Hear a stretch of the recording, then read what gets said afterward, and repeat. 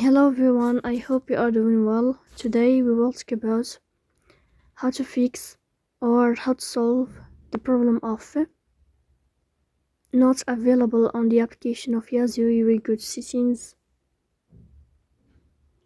In this page you will click on apps, default apps, app settings.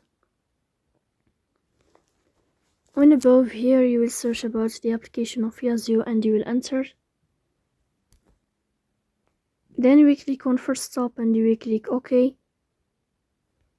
Here you will enter to the window of storage. Then you will click on clear cache.